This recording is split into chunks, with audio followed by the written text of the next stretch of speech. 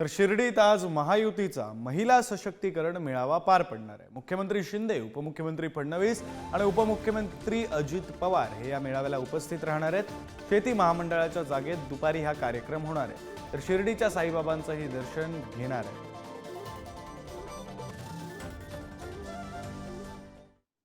पुणे मेट्रोचं उद्घाटन लांबल्यानं महाविकास आघाडी आक्रमक झाली आहे। महाविकास आघाडी आज ज्येष्ठ नागरिकांच्या हस्ते लोकार्पण करणार आहे। तर मोदींचा दौरा रद्द झाल्यानं उद्घाटन लांबणीवर पडल्यानं पुणेकरांचे हाल होत असल्याचा आरोप करण्यात आला। रवींद्र धंगेकर, प्रशांत जगताप यांनी आज उद्घाटनाचा इशारा दिला।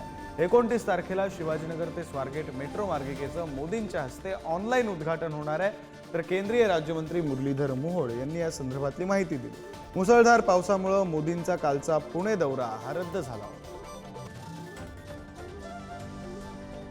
त्यावर सुधीर मुनगंटीवार नेमकं काय म्हणालेत आपण पाहूया।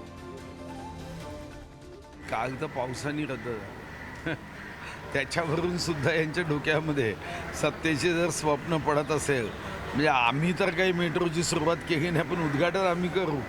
हे 55 वर्ष तर मेट्रो नव्हतीच, म्हणजे मागच्या 14पर्यंत महाराष्ट्रात 11.4 किलोमीटरची मेट्रो होती फक्त यांच्या काळात नॅशनल हायवे 5000 किलोमीटरपेक्षा कमी महाराष्ट्रात होते, आता 20,000 किलोमीटर झाले।